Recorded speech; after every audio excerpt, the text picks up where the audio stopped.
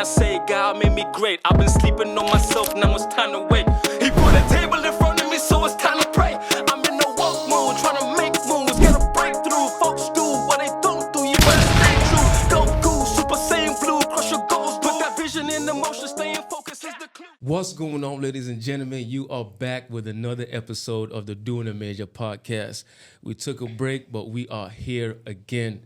And I am so excited about the guest that is on the show today, none other than Native Genius. This guy has been making waves in the music industry, been stacking up track records, been producing some wonderful music, making a huge name for himself, a native of Anguilla, but now resides in Chirac, Chicago. He always say Chicago. I'm in St. Louis, but you know. Oh man, St. Louis, Missouri. Yeah, my bad, bro. Every time we talk, he always say that, so I give him a pass on that. St. Louis. Okay, we might have to edit that out, so I'm gonna run that back. Straight out of St. Louis, Missouri. Native Genius, man. It's so good to have you on the Doing a Major podcast. What's up, man? I'm good, man. I appreciate you having me. You know, old classmate, friend. Got to work with you on a number of records. So yeah. Really appreciate you supporting the business and just doing good for yourself and continuing on the artist path, because I know it could be a struggle sometimes, especially in Anguilla, lack of facilities. Yeah. You know, the one facility we have, it's kind of tough to get in there sometimes. But good to see you still going. New venture, love the space. So just happy to be here. Appreciate you, man. I'm excited about this episode. I've been wanting to get you on here, and I know we spoke about doing it through Zoom, but yeah, that's a headache, though. Yeah. I was just like, I'm gonna wait until you come to Anguilla to do this, and you hit me up. You tell me you're gonna be here in February. But then recently you said, "Hey, bro, I'm here." So I was just like, "Okay, bet I gotta get you on the." Yeah, that's why I let you know early. You know, I had a couple weeks left still, so man, I appreciate you having me. I like doing stuff like this. Yeah. It gets me out of the studio, doing new things. You know, talking with friends, and really appreciate you having me. Bet. Thank you so much, man. Well, as you know, man, we on here with the Doing the Major podcast. We're talking about music in season 1. And we're going to be talking about how to live with intention, how to live with purpose, and how to live to inspire other people, you know, through music, you know, how to be intentional about music, how to, you know, have purpose, what's the purpose behind artists' music and all that stuff, and then how to be intentional. So, man, I got some questions here for you, and I just want to know more about your story and your journey. Cause you kind of, I don't even know when you vanished, bro. You just you literally just vanished. Like I can't remember us going to high school. I don't even know if you did you made it to high school and before you left, or I don't. Yeah, man. Like, but you went off before me. I think you went to school before I did. So wait. We did high school. You finished high school? Yeah. Are you serious? Yeah. I thought I went all the way through. I walked here for a number of years at immigration. Like, I don't know if you remember that. No. But you would have been off at them. You would have been in school at those times. Yeah. And then when you moved back, I moved out to school, and then I just stayed. And then, you know, after that, I visit back and forth. Yeah. We would always link music or, you know, see each other in the streets, whether it's a supermarket or whatever. Right. But definitely finished high school here. Like I said, man, like I just remember you going missing. Going missing. You make it sound like El Chapo or something. Yeah, I just remember you not seeing you around, and come to find out you had taken residence in the U.S. Mm-hmm. So, and man, you've been producing records and stuff, and I think it was after my third studio album, Restoration, you kind of reached out and told me it's a good project and stuff, and then we kind of keep in contact. And then you did the production, the mixing and mastering for my last project, Finding My Way. Yeah. So I just want to ask, man, what initially drew you to music engineering, and was there a pivotal moment when you knew that this was the right path for you? Well, before the audio engineering, I did lessons as a kid coming up. I did piano lessons with Kim Bacardi, Yeah. South Hill. So you taught piano? So I did classes with her, Oh, like okay. coming up, like Okay. how Okay. people would go to Miss Jacobs, or Yeah. that was the person that I went to, and kind of gave me a start, but didn't really like that aspect of it. I was really good with the theory, but I couldn't like transpose well enough. I couldn't read quick enough, Gotcha. so didn't really like that. And then I got around like a group of friends that had the Black Notes. Ludwig. You recorded with him, so you're familiar. Yeah. Yeah. So been around them, and that really like kind of got me that first exposure to like the audio engineering, the production, stuff like that. So I would have to say that's where the start happened. And then when I moved off to school, I met my boy, who's still my boy my brother. I must say that's my Yeah. brother, Dwayne D. Ferg. He's from the Bahamas. We always would, make beats in Right. the dorm, or Does he have a IG handle we could tag in? yeah, he has a couple IG handles because he also has a creative space. Okay. It's called the Create Space, so I'll get you all that. It's D Ferg Productions. Nice. D Ferg1 on Instagram. Really Nice. dope. Shout out to Defer. Yeah, for sure. Like always, I used to go to his house every night when I first started, making music, and he would never chase me away. He had answered all the questions, and then I would hit like Buckets Up or Bleak or Yeah. Thug, and they'd get me on the way. But that's really where the start was, and I kind of came up like quickly because I had, as I said, like I just worked at it every single day. Yeah. I had a small setup at the house. Yeah. Studio. I always had studio access because I always had buddies with studios, and I would just utilize the time and just try to get ahead. So once I realized like a lot of people were reaching out saying, "Yo, this dope," or Yeah. and they weren't just like yes men or bandwagonists, and I would have those times where people would also be like, "Yo, that's whack. I don't like that." Right. So at that point, I would say that those were the pivotal moments where it was a highlight. Like, okay, now I can go out there, book sessions, go work with artists, and have that confidence, Yeah. So I would say just when I made that transition to where I was actually going in the street, working with more people, stuff like that, I would say that would be that pivotal moment in my career where I would say like, this is the change. This is where I'm gonna go to the next level now and start booking and Right. What time period was that like from when you went up Mm-hmm. and then starting to get that interest in music engineering? Was that like a year period, a 2-year period? How long was it before you really decide like, man, I'm really gonna take the leap and jump into this seriously?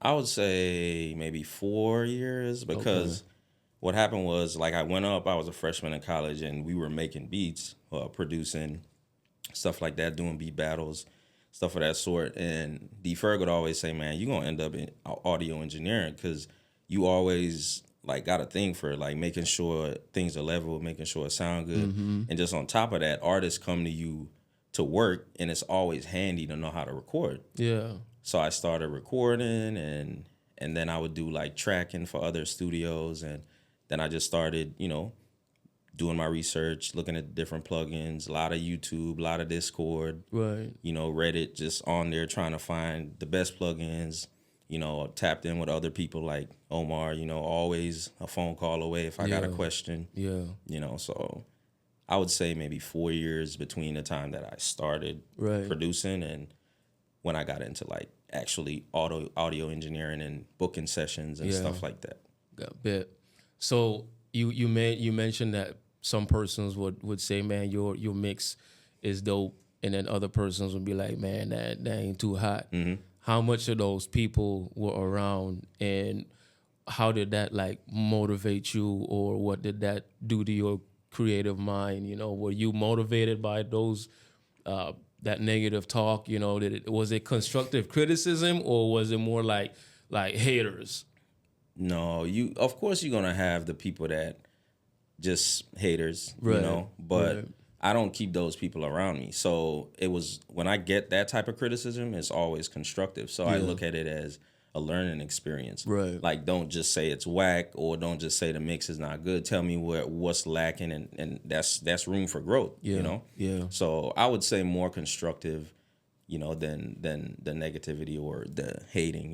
Nice. Because I don't pay any attention to that stuff, because a lot of those people are just uneducated on the topic most times, and just trolls. So I'm never paying that any attention at all. That's dope, man. So, bro, it's 2025 and there is a massive AI boost. You know, AI is just taking over everything. We got AI making beats now, and I don't know, maybe you could tell me, but I don't know if AI is actually engineering music now. But I mean, I wouldn't put it past it. So with all of this AI technology out, man, my next question is how has the evolution of music technology influenced your approach to producing and engineering music over the years? I would say it had a major influence, technology in general, not just AI. Yeah. Because AI has been around and mastering for a while. I would say maybe 10, 15 years, like a version of it. Yeah. You could do like, I can't remember the websites, but you got about 3 or 4 different websites where you upload the WAV file. Right. So I was about to ask you, what did that look like back then? So you just like upload. You upload a WAV file. You Yeah. kind of tell it what you want it to sound like. I want it loud and clean, and as an audio engineer, you it's just making it more dynamic. Yeah. Which would, to dumb it down, be loud, and it kind of gives it some sort of a feeling, but it's just a generic feeling. It's no human touch. So it's still like, when your mom's cooking food, you taste the love in the food. You send a record to DistroKid, and they have that upload option. Master your music, which is for them to make more money, of course. Yeah. Instead of paying a mastering engineer $500 a track, or $500 an hour in some cases. Right. You put it through there for $40, and you think, okay, this is it. But it's just essentially making it more loud and a little more dynamic, but it still doesn't have that flavor with the human touch, because you going in there, I'm EQing specific stuff, I'm de-essing specific stuff, like compressing here and there, whether it's parallel, whatever I'm doing to the record to make it sound a certain way, and then I'm sending it off to a Omar or a Ferg to reference to tell me, hey, I'm not 100% sure here, or I'm 100% sure I like this. What do you think I could add? Or, sometimes I mightn't even send it off at all, because it might be a record that I'm not really attached to. Right. It might just be a gig, but stuff for like you or your cousin, that stuff, like I pay a lot more attention to that for some reason. I mean, I think it's beyond the friendship. I just feel like it's local music, and I just wanted to have that flavor. I want when people hear it, they like, man, Native mixed that, Yeah, 100%. Yeah. So are you for like the AI stuff? Not 75% for it, 50% for it. What's your take on it? I like new technology, bro, to be honest. Yeah. So I would say I'm for it, and I would say I'm maybe 70-30 on it. Yeah.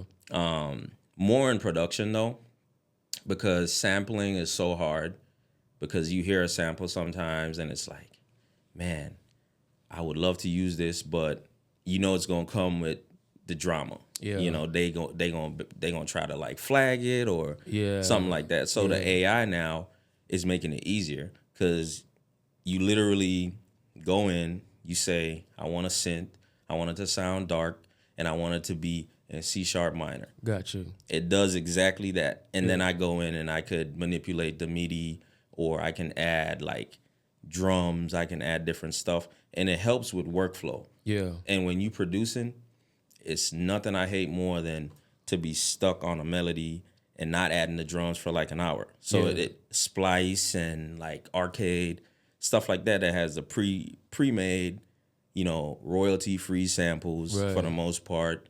And I use it in moderation. Yeah. I don't use it in every single beat. Yeah. And when I go to splice, I don't use the highlighted sounds. I always go random, and I go to like page 30. Like, I just have a process, you know? Yeah. And then I Shazam it to make sure no one's used it before, stuff like that. Or I manipulate it with other plugins. You know, I might throw some gems in later if I feel generous, you know, to the to the production community. And a lot of guys might already know about the different stuff that I use, but So 70-30 on it, you know. nice. Since you touched on sampling a little bit, I tell a lot of local artists that try to do music, especially hip hop, man. Like, if you could buy your beats exclusive, you know. Yeah. And I kind of get the response. It's almost like they feel like I'm throwing water on their flame, you know, because like they're really feeling this beat, but then it's filled with a bunch of samples, and they don't have the money to purchase an exclusive beat. You know, that might be $300. It might be $500, you know. But I really try to get artists to understand, like, you could, you know, your music wouldn't go as far with samples. Like, you're really limiting yourself with samples. So as a music engineer, and as someone that has worked with a lot of different records, a lot of different artists, been in a lot of different spaces, around a lot of different people, you would have gained knowledge over the years, man. Just share with the viewers, the listeners, how important it is to buy exclusive beats. Yeah, it's important. Probably the most important thing as an artist, because and it's subjective, because some artists or some managers may say, who cares about the sample if the song blows? Yeah. And I don't make $1 from it. I got the fame. I could go make another record. But my outlook on that is that also puts a stain on your name, you know, as an artist, because it's technically stealing, you know? Yeah. So I always encourage artists to, if they find a YouTube beat that they like and they come to me and they're like, I want to use this beat, I always advise them, I'm not trying to get your money. You could go find another producer, but this isn't a good idea. Yeah. You know, you're going to pay me $150 an hour to record you, and then you can't put the song out because, you know, it's tagged. You know, it's tagged all over it.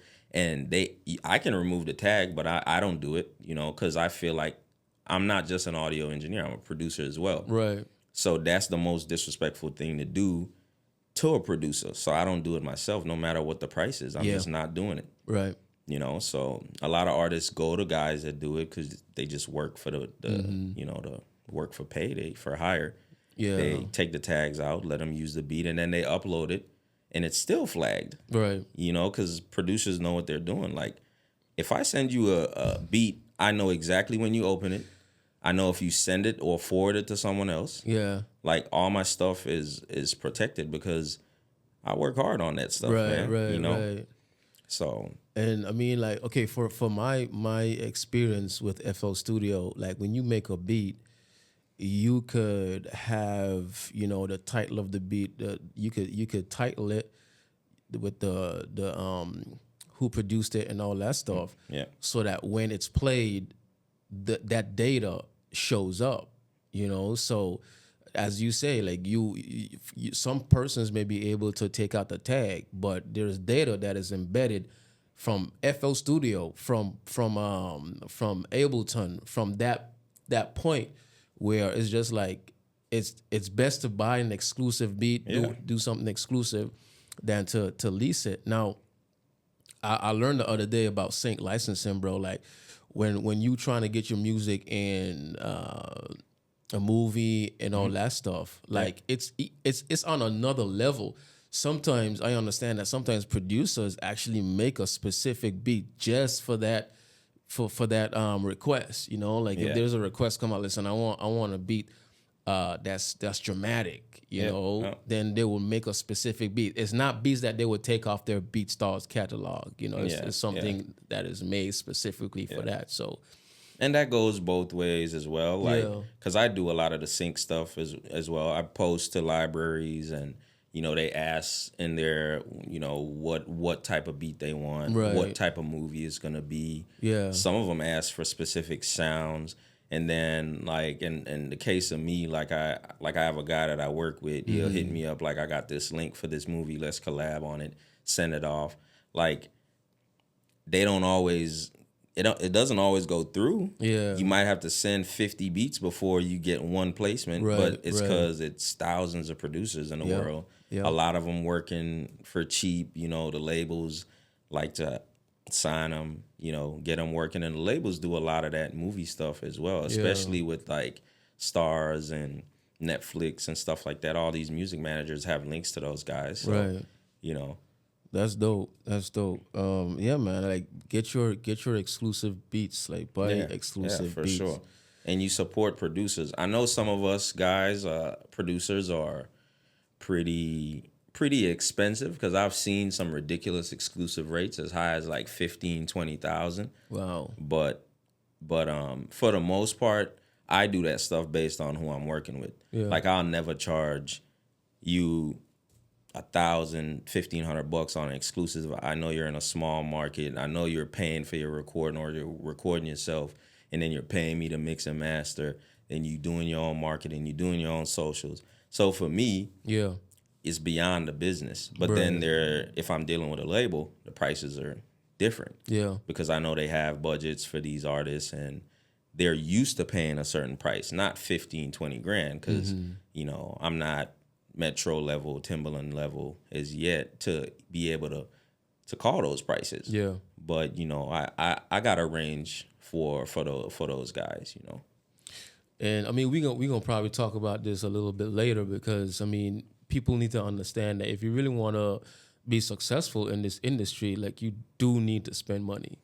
You know, if it's not going to be on acquiring exclusive beats, then it's going to be for marketing. Like you really got to spend money to push your music. Yep. And not just Instagram ads. We're talking like you have to be organized with your content. Like for instance, Park. Yeah. Love how he does his content. Like he never rushes anything. It's always well thought out, always consistent. Yeah. And on the back end of it, he can see growth in his Instagram. Yeah. You know, he can see he gets more connections, he gets more plays, and it's a trickle down effect. Yeah. That's more money in your bank. You know? Right. You can't invest in Apple with no money. Yeah. So why would you think you could invest in yourself with $0? Correct. Know? So you put money into yourself, your music, your content, whatever. You pay a marketing person if you want to, or you go for the genuine route and just post until you get the traction. Yeah. And then that just means more listeners, which means more money in your district bank. Right. You know? Right. So, yeah, shout out to Park one time, man. Keep doing your thing, man. that's my dog. I was playing that record earlier. That was him on the bet, pop record. Yeah. Shout out to Park, man. Keep going. All right, man. Moving on to my next question, bro. Can you this should be this one should be nice. Why you thinking like that, man? Why I know what you thinking, man? Can you share a particular project, bro, or a session that challenged you the most and what you learned from that experience? Or even like your worst session. Like why this girl coming here to hurt? Why? See, I don't have a lot of those experiences because I work mainly on a referral basis, so I'm never getting like new clients. I'm always working on big projects or, you know, working directly with an artist. And I do kind of an interview process for real because I'm like big on time. You know, I got a family. Like I'm not just going out of the house to work on anything that I don't think is gonna make it past the studio. And I'm brutally honest to the point where, and I'm not rude with it. I'm always explaining myself and explaining the back end and, you know, trying not to hurt people's feelings. Yeah. But I've had situations where, you know, I've got to turn someone down because they're just not really good at it, or, you know, still not even in the emerging stage, just experimenting.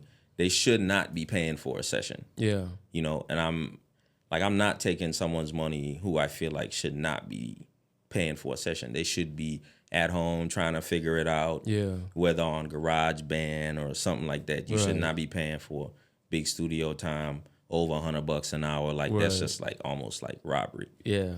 You know. But I did have this country guy come in one time, and when I mean country, I'm not talking like more. You know, Morgan Wallen does like a lot of country cross stuff that's like super mainstream, but you can still hear the country in it. Yeah. But I'm talking Country. Willie Nelson country. Oh my And word. he wasn't like, he played the guitar, wasn't good at it, you know, wasn't singing in key, like to the point where the melodyne, like, you know, you could do melodyne, but it's just like, it's torture. Wow. Hours and hours, you know, out of key singing, out of time singing. Yeah. So for me, it's a headache and a good payday at the end of the day. But if it's one of those where I'm like going home feeling so bad because this guy's about to put this music out and I did my best with it, but it's just, there's no talent there. Yeah. You know? So that would probably have to be the toughest one. I do some stuff on this thing called Upwork. Oh yeah. And yeah. I had this gospel lady one time. And you know, I don't have anything against gospel. I work with you. Right. Work with your cousin. I got another guy in Atlanta that I work with. Was it worship? Was worship. So it was like drawn out, like 5-minute long songs of her just like Repeating one phrase. repeating one or two phrases, like, and it's not really sounding good. And then I do my best with it and send it to her. And she's like, well, I needed to sound like this song. And then she sends me the song. And I'm like, well, this lady can actually, she got pipes. She can sing, you know? Yeah. You can't. Right. And then I didn't record it. And that's always the worst. So she's sending it over and I have to go back and forth. She's got reverb on there still. It's already tuned. So I'm like, it was just, not a good experience. So those two, I would say probably would be worse. What was your takeaways, if you had any takeaways, like from those two experiences? Work only on referrals. What? That's probably the main reason I don't take Yeah. new clients for real. Like you got to know an engineer or a producer that I work with or an artist, and they give me because all the artists that work with me, they know, yo, Native is super cool. Like he's super honest. He's fair. Mm-hmm.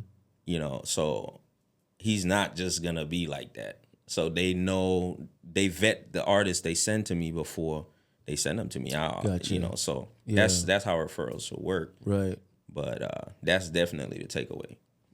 100%. Bro, moving on to my next question, man. In an industry driven by trends, how do you balance staying current with staying true to your personal style and artistic integrity? That's kind of tough, but I look at it like fashion. Like every trend isn't for you, you know? So now I'm into Man, you need to say that again, bro. Somebody about to get, somebody need deliverance with it. Every trend is not for you. Yeah. Every trend ain't for you. You know, like you, man, I'm not even gonna say it.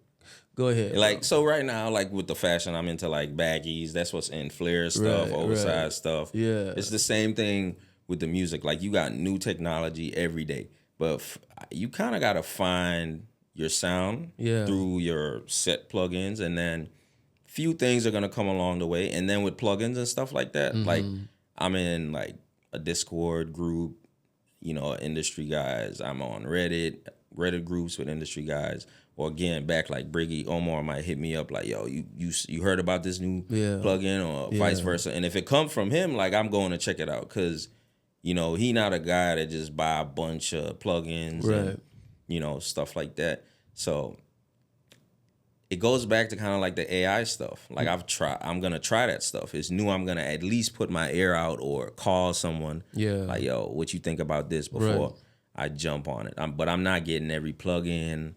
I'm not getting into every genre. You know, I'm kind of sticking to my guns, and then I'll add a few little new seasonings here and there. It's just like a chef, you know, cooking, and hey, I want to put some parsley on this today. You know, I'm going to try this new Badia seasoning or whatever. Yeah. It's just like that with the plugins. Like reverbs are going to be the same. Delays all do the same things. You know, they sound, according to how you tweak them, but they sound basically the same. The only new things that I really go into is like the mastering stuff or the AI stuff that like they claim to say they process the vocals and EQs it for the best possible version. But I've had it to where I've used stuff and they do the processing and then I'm still not satisfied. Right.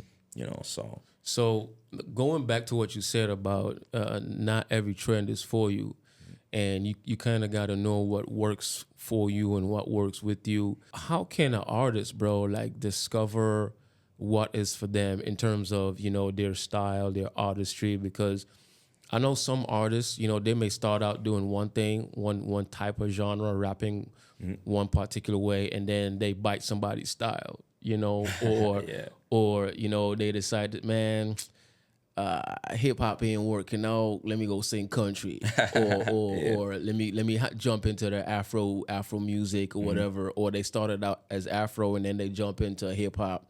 Yeah. You know, so there's this one artist I have in mind, like Lecrae, and I pay a lot of respect to him because he's kind of done it. He's kind of almost done it all. You know what I'm saying? And Yeah. you know, music is changing so fast, bro, and you kind of lose the authenticity of an artist just to keep up with how fast music is changing. You know, so for the artists out there, the young artists out there, the inspiring artists out there, as a music producer, as a music engineer, what would you tell them in regards to like staying true to yourself and sticking with your own personal authenticity? For artists, I always say it's tough because like a lot of the genres now are like they doing crossover music. So the Afro is going into the hip hop and R&B. So some of those artists, to their defense, they are trying to survive. Like they're not really trying to follow a trend. It's like they're working. They're artists, so they have to adapt in the environment. Yeah. So it's like they're being forced then to kind of change their style, change their trend. Or Gotcha. not really change, but just like they'll go get a collab with someone that it may not really fit what they're doing at the time. Just kind of like experiment and stuff like that. So it's tough for them, but I would say, especially for established artists, like if you establish, you have a following or you have a fan base, even if it's small, just feed into your fan base, give them what they like, you know, and at that same time, you're making music that you love because that's what they fell in love with in the first place. Yeah. And try not to deviate too much from what you're doing. Try not to go, you know, into electronic music if you're a hip hop artist. You know? A little R&B or Afro beat, you know, cross wouldn't hurt. Chris Brown, he does it all the time. Yeah. You know, and funny you talk about Lecrae. I didn't know who he was until probably like 5 or 6 years ago. My barber always would be playing him. Really? This lady, she shout out to Breeze, by the way. She used to cut me and she always would play his music. I'd be like, who is this dude, man? It's definitely conscious. I can hear it's conscious. Yeah. But the music definitely sound industry. Sound like he got big backing. Yeah. Records are big, produced nice, mix and mastered the right way. So I know he got a budget, you know. So, but dope dude. I really like his music. Yeah, and man. it's a couple more conscious artists that I like. I can't remember offhand, but I see them in passing all the time. But 100%, man. What advice would you give to aspiring music engineers about navigating the challenges of building a sustainable career in this competitive field, bro? Work, man. Yeah. Like, just grind. Nothing happens before it's time. Just put the work in. Yeah. And 9 times out of 10, you come out on top. A lot of engineers and producers try to come up a little too fast. Yeah. A lot of them get popular real fast. You know, because you could easily get a placement that could put you in the right place early on in your career if you're working hard enough. Yeah. You know, so I would say to people, just, you know, take your time, put the work in, work every day. I'm telling you, every day, because if you say you love this and this is what you want to do, this is your job, this is gonna fund you. A lot of people try to lie and say it ain't about the money. It is. Yeah. It is about the money. Like that's why I go to the studio every time. You can't. If I'm going to the studio for free, it's because I want to be there for free. It's a dope artist. I invited them there or something like that. But if you book me, you're paying me, right? Right. So, as I said, put the work in 100% every time. You're going to have your days where you like, man, I'm tired. Even if you go to the studio and go through samples. Some days I don't feel like producing. Mm-hmm. But I go to the studio. I go look for inspiration. I go call one of my buddies who's working. I just sit in on a session. You know how many times I called friends and just like, yo, I'm in a spot, bro. I got some block. And they like, man, I'm going through the same thing. Pull up on me. We make some of the hardest records. That's dope. You know? So got placements that way as well. Yeah. You know, and another thing I would say, don't look at small placements as small placements. It's still an achievement. Right? Yeah. It's still an achievement. You still get your plays. You still get your royalties. It's not a popular artist, but you'll get there. Yeah. You know, nothing happens before it's time. And as I said, just put the work in, and 9 times out of 10, you'll come out on top. That's dope, man. So in regards to placements, like how can artists, you know, or even music producers and engineers, what can they do to put themselves out there to get, you know, like placements? Is there like a specific process, or maybe just like a platform, or even a method that you should consider with trying to get placements? You know, is it about making your music sound a certain way? Yeah. Is it about sticking with a particular artist? You know, a platform, a particular website? Is it shooting emails? You know, like what game can you give us about that? It's all of those things you just said. Yeah. Like in reality. So you got the platforms, you got hundreds of libraries that you could upload your stuff to. Mm-hmm. You got websites, you know, the BeatStars, the Airbits, you know, you could do your own website. Just having content with your music in the background. Instagram is a crazy good tool. Yeah. You know, just and collaborating. A lot of collaborations. You know, I got quite a few placements just doing that. You can't do it on your own. Yeah. You know, at first I would lock myself in the studio, and only a few people would be like, yo, you ever heard of Native? And then it'd be like, I'm this ghost, you know. Then when I started posting a lot, and I ramped up my content over the last year or so, you know, doing a lot more. I think you had reached out and said, man, I see you doing a ton of stuff. Like, what you got going on? Yeah. But it's a combination of all that stuff. Emails. Sometimes you get an email for like a manager, or, you know, and you got to get those things in the right places, though, because those things are floating around the internet. A lot of it is not real. Right. So you got to be a part of the right groups. As I said, I'm in a part of a few groups on Discord. Yeah. You know, they're subscription based. Some of them are groups that we created as a community. Sometimes you get some gems through Reddit. Sometimes you're just in the right place. And also you have to go to the source as well. LA and Atlanta. Anywhere there is an artist working, try to plant a seed. Yeah. You know? Yeah. If you hear, and when you're in the US, whether you're in a big state, small state, someone always knows someone. I can't tell you the amount of times like people come to the studio and they're like, yeah, I'm cousins with this person, or I'm gonna have him pull up with me, and I'm like, yeah, whatever. And then the next time, you know, they really pull up, and then you end up cooking up with them. Then next thing you know, you got a placement. It might not be something you like, but it's some money in the bank. Yeah. You know?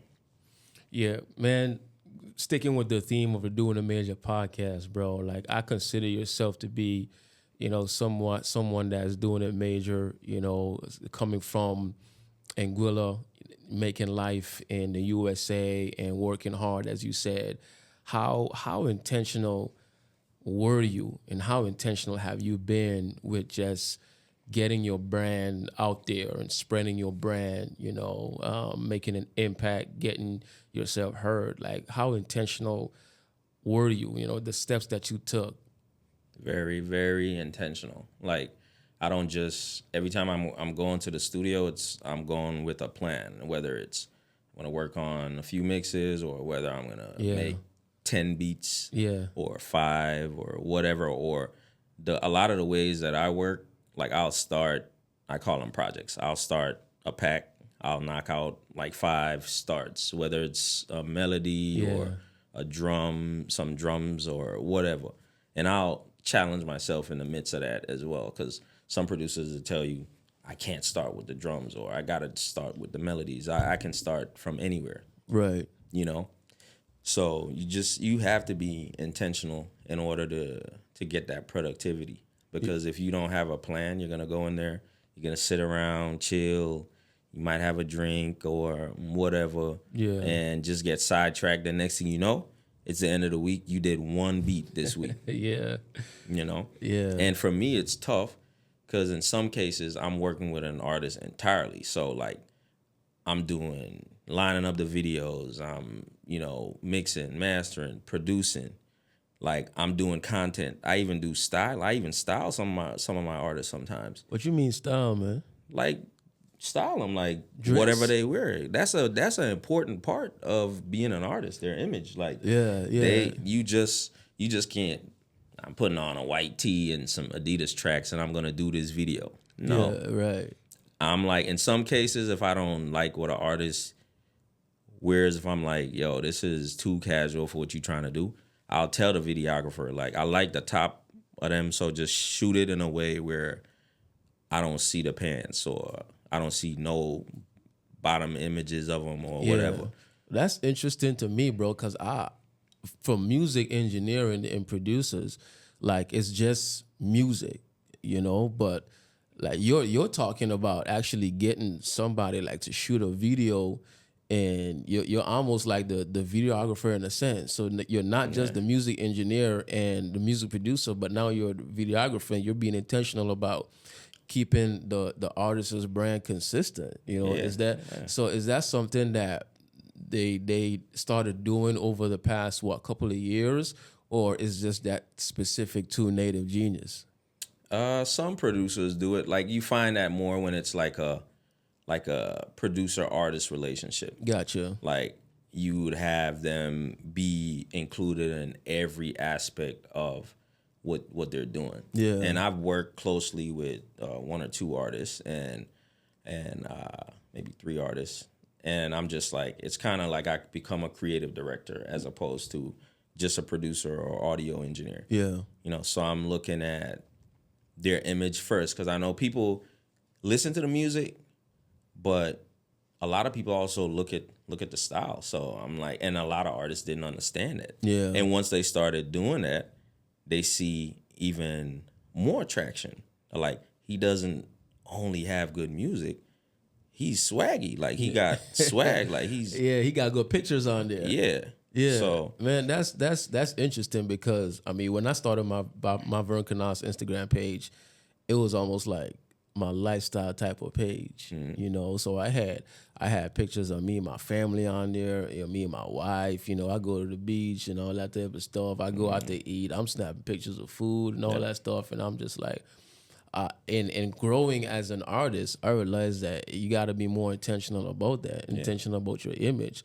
So you gotta separate that stuff. Yeah. So I took all that stuff off of there, man, and then took some professional pictures. I think it started with Reach when I had my locks. Yeah. I took some professional pictures, and I kind of been intentional about getting professional pictures done and putting them up on there. And I mean, I feel like that's something that's lacking here in Anguilla, where the artist is trying to come up, but they don't have like an artist style in terms of like fashion or even presence. Like, how do you want the public to see you? Every time you come out. I'm this artist. I know I pay attention to all that stuff. Like, every time I'm gonna do a shoot or some type of content, like, it's planned. Yeah. Like, I bought a fit, or whether it's something I already got. Right. Put it together in a certain way. I want my shots a certain way. I want it to be cut. Like, sometimes I'm intentionally rough because I got this thing I do when I'm like working on projects. I'm like, I don't cut my hair.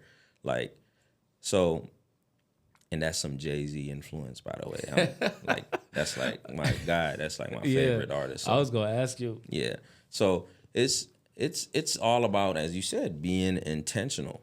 Yeah. Being intentional. Even like, so the bands around here, like, on a smaller scale, they have fashion too for around here. They do the t-shirts, they all dress alike. Yeah. You know, that's a part of imagery. Right. So when you see their videos come out for Carnival, or you see they traveled and they come back, it looks crazy. It looks uniform. People Right. want to see it. Thousands of people looking at it Yeah. because it was planned out, Right. you know, and intentional. Yeah. What about the rollout? The rollout session for like artists. Okay, I got new music. You know, let me just put it out there. How intentional can an artist be? You know, about rolling out their music. One of the persons that I really admire is DJ Khaled. Like the way how he releases his music. You know, he shoots all his videos, get everything set up, all the music done, and he would have it like a whole week. Monday he dropping a music video for his project. Tuesday he drop another one, or even if it's like a Friday, one come out, the next Friday another come out, and his rollout is just dope. So how intentional, you know, should artists be with their rollout? You got any tips with how to roll out your project?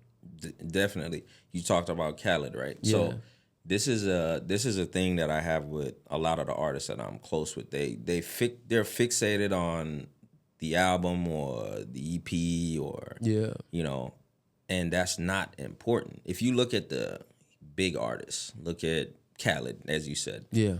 When you see Khaled drop, he drops a single at a time, right? Right, right. He never drops a project unless he's been marketing a project for 2 or 3 months. Yeah. He's dropping singles. That's how you get that traction. Singles, videos around it. So each song should have a budget. Yeah. And that's how you're intentional with your rollouts. And then and that budget should cover marketing, that budget should cover marketing, videos, production, engineering. Like every artist, their budget's gonna be different. Because for me, like it's some artists I'm working with where they don't have a bill with me. Like I just believe in them and I'm mixing and mastering their stuff. Yeah. And I'm giving them guidance on most of them are like younger, up and coming guys that you know really want to do it, really talented, but just need some guidance. And they willing to come to the studio and be in there for 6 to 10 hours and getting it right and taking direction. That's a huge part of it as well. Like a lot of artists are trapped in their own egos, and like when I collaborate, there's a sign on the door that says drop your egos before you come in here, because I can learn every single day. I've learned stuff from producers. Drop your ego before you come in here, boy. No, for real. Put it down. Because it ruins. Put it down. I'm sorry, I'm bro. telling you, it ruins the collaborative process. Yeah. And again, me and Omar was just talking about that the other day. Like sometimes you know how many things I learned from producers that just started a year ago, 2 years ago? Yeah. Because they more hungry than me. And I can admit it. Like I'm kind of like, I've been doing it a while, so I'm not going to try to find, as we said, every bit of technology or every way to do something that's revolutionary. I'm kind of like good with what I'm doing, and now and again I'll go out and I like shopping bulk.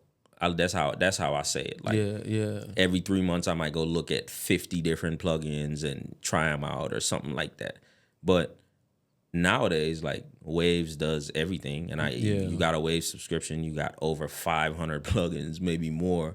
Like so, you got more than enough ammo to do the job. Right. You know. Man, that's so good. Because I've had people I've been in the studio with, and they're recording, and I'm like, bro, maybe if you do this a certain way, it could sound much better. And they'd be like, man, nah, I'm gonna stick to what I'm doing. Yeah. And it'd be like, it don't sound good, bro. Like I'm telling you, like if you just do this to add a little bit of flavor, you know. Yeah. So that's another tough thing as an engineer as well. Like, so you have to kind of detach yourself from that part of your mind. Like, this is a client. This is how they want to do it. And I got those clients that are coachable, and then I got those that they just want to do it their way, and it's just track me and shut up. Don't say nothing. And I'm cool with that. Man, I think I asked you this before, but how did the brand Native Genius start? You know, like what inspired the name, the brand? How'd you come up with the name Native Genius? Like what inspired you? Well, native come from, being from the island native, people, that's like a term Yeah. people use. And then like, I just always brand myself as a smart guy, like calculated guy. Like I don't make decisions just on a whim. Like I'm a researcher, a reader, like, so. Yeah. And then the glasses, I know, I wear glasses. So that's just another aspect to the genius. And then I have another brand, like that's the clothing side. Like I'm also working on a big clothing brand. So this is actually me talking about it for the first time. Yeah. Like just hoodies and tees. I got a brand called the Genius Market that I'm working on. That's and dope. Stuff That's like dope. that. So there's gonna be like everything Native Genius. My YouTube I already got going. I got some vlog stuff. I did a lot of vlogging since I've been here. Just traveling. I showed you some of those shots earlier. Yeah. Clean them up, get them edited, stuff like that. So that's where that came from, really. Yeah. Just being an island native and me, How much clients probably work with you just because of your name, like Native Genius, and they ask you, the background of it, or even just hearing your accent, like. Yeah, I don't really get into the accent in sessions because it's a distraction. Okay. Sometimes, like, if it's people that know me, most of my clients know me Yeah. already, so they might hear me on the phone with, like, my sister or mom because we talk a lot. And if they call me in a session, I'm picking up, because they're the most important people in my life besides my family. Yeah. But yeah, so they'll hear me on the phone with my mom and once you get on with your mom, you rattling and, so they'll be like, bro, you from Africa? Or, something like Jamaica? They don't ever say, it's always like Africa or they'll go Haiti. Really? Yeah, they'll be, you Haitian or something? Like, yeah, it's crazy, bro. That's funny. Funny. But a lot of people really work with me because a lot of people meet me and they're like, yo, you hard, bro. You fire. Like, It doesn't matter who it is, male, female, whatever. Like, just artists. Like, I secret judge at beat battles and all types of stuff. So, like, I got a good relationship with studios because before I had a studio, I used to work with a lot of studios around the place. Right. So, a lot of people just mess with me. And then the swag, I'm organized, like, big on my time. Like, don't book me for 7 o'clock and show up at 8 and think you got a 7 to 10 session and we not being done at 10. We being done at 10 and I'm charging you for them hourlies. I'm not starting when you get here. I was here an hour before you, prepping the studio, making sure the mic is good, making sure everything is working right, making sure my laptop's good, crossing every T, dotting every I, and then I got to wait another hour for you. Yeah. And then when we stop at 10, you're like, well, I had 4 hours. Yeah, but you got here at 7, buddy, Man, you really don't play, man. You don't pull up on me when I try to clean this place, man. Hey, I was bumming a ride though, cause I'm not driving today. So, and I know you a man of time, so I was early, So, and I really wanted to chop it up with you too ahead of time, cause it always makes the experience a lot easier, a lot more easy just talking beforehand, and then we talk a lot. So, right, 100%. Want to catch up on the fam, stuff like that. Appreciate you, man. Man, let's talk about purpose, bro. What does purpose mean to you? What does it look like to you, even in your own life? If in life we kind of are confused with what path we want to take, and how we want to live, how we want to dress, what kind of person we want to be, in terms of value, what are we going to give to the world? And to me, I feel like you found your niche, like you found your why, the thing that wakes you up in the morning, what you love to do, your grind, I kind of feel like you found that.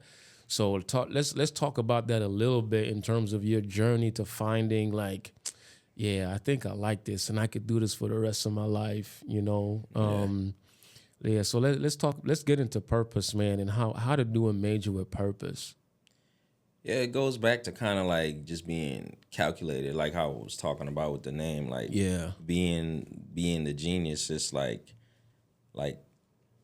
it comes with that's purpose within itself. Like just planning, just organizing, being known for a specific thing, and Yeah. like and you know when you love something, you get up every day and you don't because there's other business that I do that I just hate to do, Yeah. but you gotta pay the bills. But when I get in the studio, it's like, yo, this my space. Like I'm in heaven, Yeah. you know. So The closest feeling I came to that, bro. Like, man, I love recording. I love making beats. Just like you, I love being in the studio. Um, I can record my own stuff, but just because I just like the studio space, I would go to AMA. Be around Omar and stuff like that, just because I like the studio. But I remember when we were shooting the Reach music video. It was a Sunday, and I don't think I was really going to church much that time. And I'm out shooting this music video, man. I'm having so much fun. And we there chopping it up, we doing our thing. And I remember feeling so alive. You know what I'm saying? I felt so alive in that moment. And I was just like, I could do this for the rest of my life. yeah, for sure. I could do this for the rest of my life, I man. know that feeling, man. I never went to the studio and just like I don't want to be here, man. I'm going home. Yeah. It's just like you cooking up, you have an agenda. As you said, you're doing everything with purpose and end goal, and it's good to see people's reaction as well Right. to you living in your purpose. Yep. Like a lot of people see me and they immediately smile or they say, man, Native, I love coming here, or that's all because of me living in my purpose, like me showing them like this is attainable. Your goals can be met. You just have to work for it. You have to be calculated. Yeah. You have to set goals. You have to attain those goals, and not only set goals, realistic goals, Right. achievable goals. Right. A lot of people say I'm doing music. I want to buy a Lamborghini by next year. Yeah. Not saying that's not achievable, Right. but the probability of that happening is really low. Yeah. But if you say by next year I'm gonna have my own studio space and at least have a recording setup, that's something that's achievable by you having a plan, a savings plan, you doing a certain amount of music, making a certain amount of connections. Just being purposeful with whatever you're doing. Right. You got kids. You got two girls, Three girls. three girls. Yeah.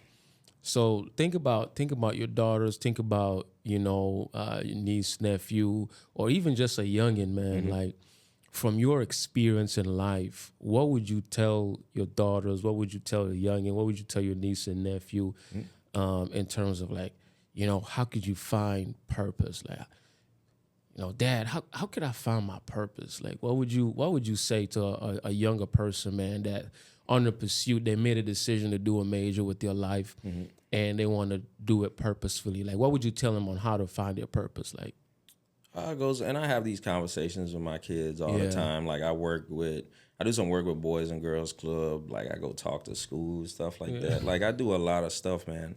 And no, for real. Like I'm big on that type of stuff, and I do it for free.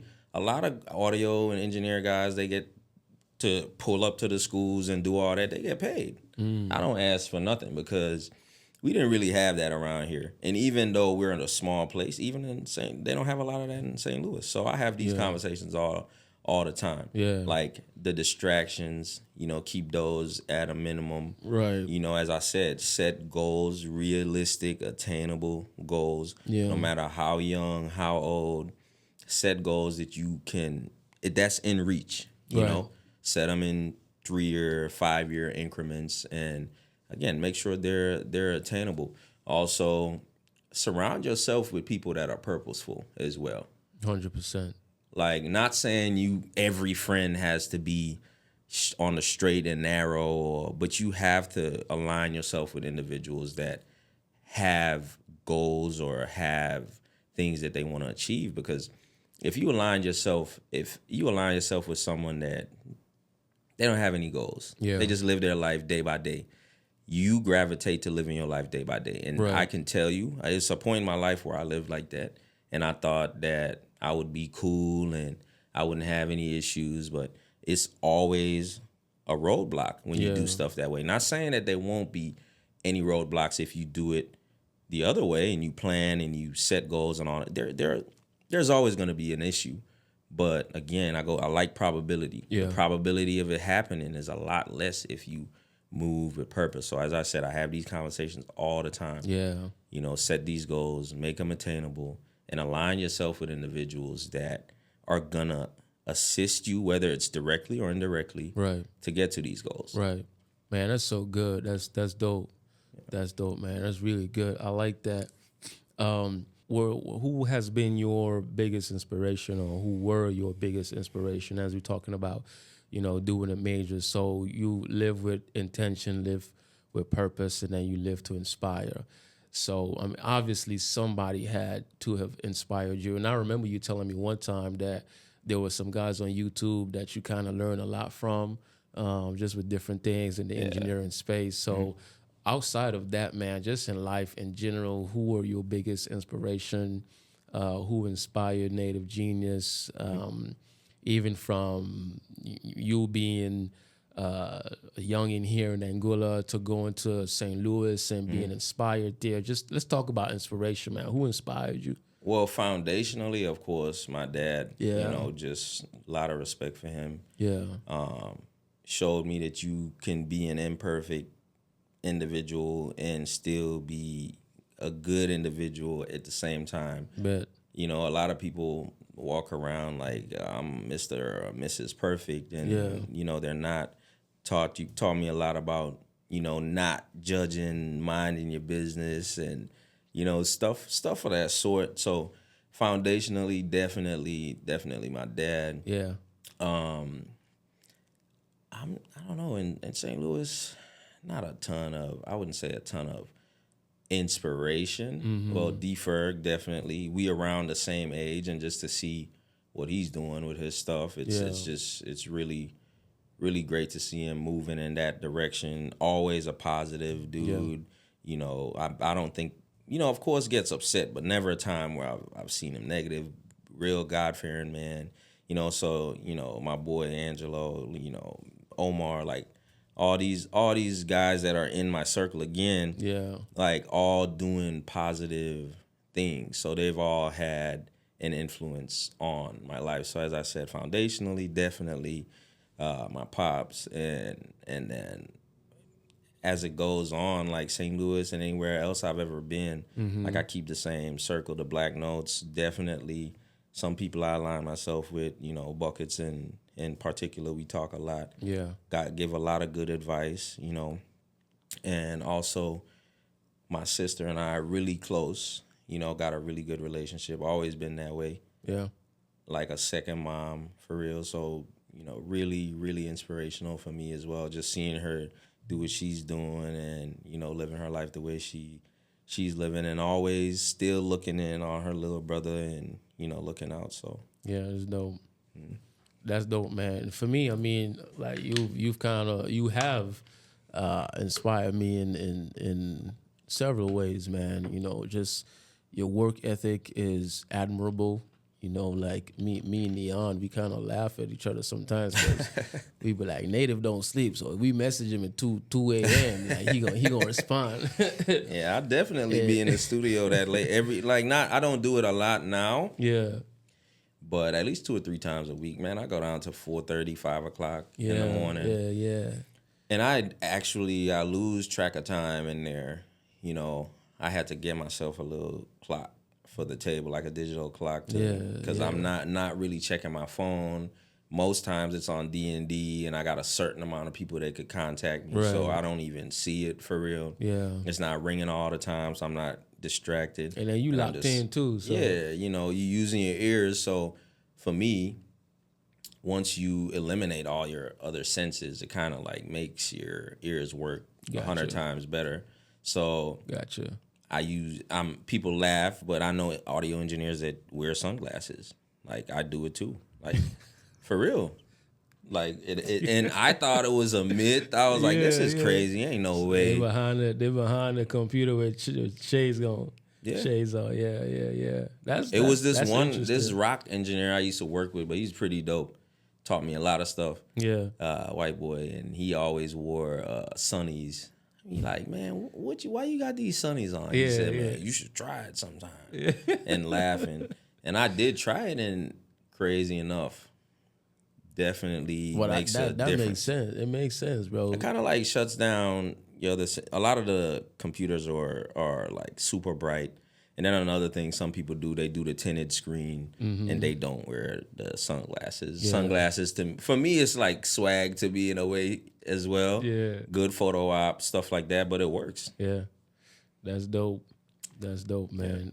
But yeah, your work ethic, bro, has inspired me. I actually got that one voice note you sent me on one of my projects. You were trying to get to me one time, and I didn't pick up. I think it was after 10 or something like that. It would have been your after 10, but my after 11. Yeah, it might have been midnight if it was this time of year, because 2 hours back. Right. So it probably would have been midnight or something like that, like for me. Yeah. And so the call missed you didn't get me. You sent me a voice note. You were just like, y'all brothers go to bed a little too early.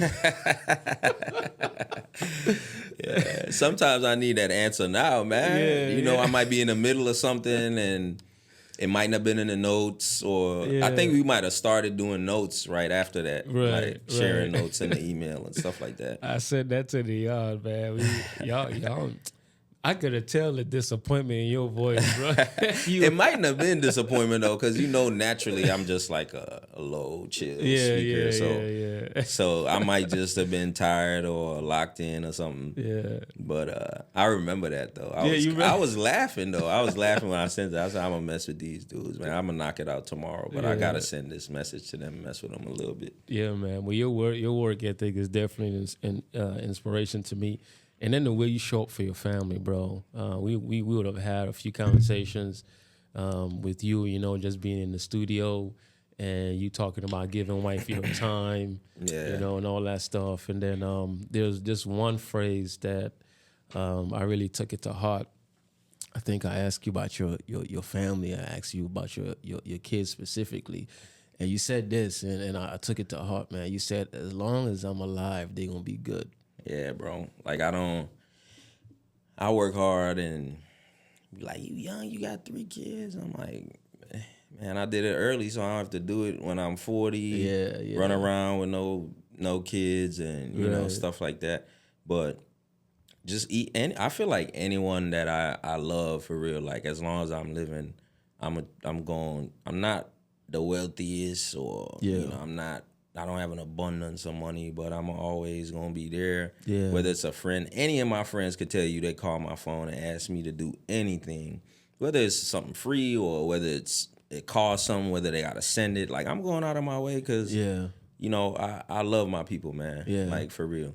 And so my kids, of course, my family, like, different on a different level. Yeah. But I just pride myself on just being a good person overall. Yeah. And everyone might not have that opinion of you because some people get a different side of me, according to what the situation is. Because I can get really agitated and sometimes and I've been working on that for a while too.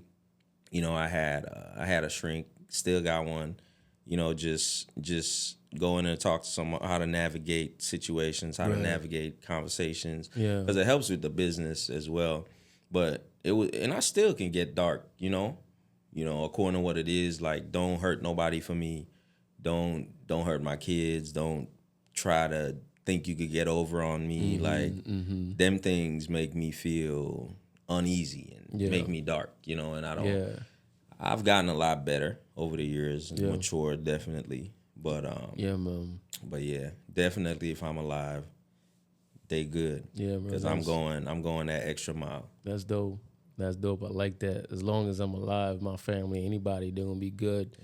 Yeah, bro. That's super dope. Man, thank you so much for hopping on a podcast with me, bro. I enjoy it thoroughly. I really did enjoy it. I got a gift for you, bro. You do? I do. I can't let you fly all the way here and hop on the podcast without blessing you with something, man. I like gifts, bro. I like presents. I was always a big Christmas birthday guy. For real. Yeah. So even if it's something small, I'm still.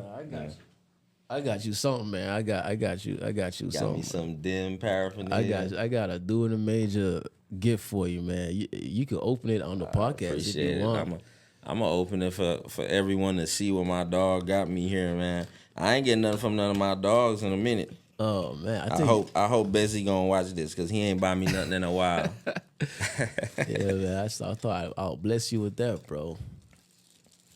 Ah man, I love this, bro. Yeah. This my new studio cup. I could put is it like it keep the stuff cold? Yes, sir. Keep it cold and keep it warm. Hey, don't come try to steal my stuff, man. But I appreciate this, bro. Man. A lot. I had to get that to you, bro. I had to get that to you, you know. And this is good for me because like a lot of times I go to the lab, like I don't be like keeping up on my water intake and stuff like that. So this is good. This is good for me, and I appreciate that. And it's quality as well. So y'all now, when he drop his Do It Major cup line, make sure y'all get y'all one. 100%. I've been doing a lot of this more lately, and it just feels good. And if people don't really notice, but I'm like more of an introverted person. Yeah. Only with my friends, I'm like, I get super goofy and stuff like that. But if I meet you the first time, they're like, does he talk? Or Yeah. Like even with people that meet me for music for the first time, like I get a text from because it's referral based, so they'll usually come with someone or they'll come without them, but it'll be some communication after. Yeah. And they'll be like, man, when I first met him, man, he looked like he was mean.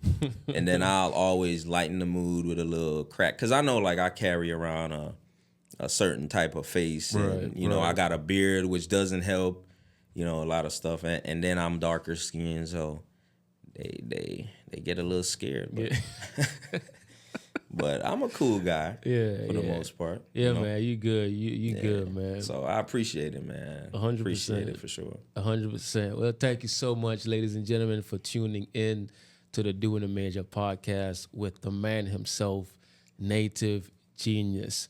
Like, share, subscribe, and drop a comment if you enjoyed this episode.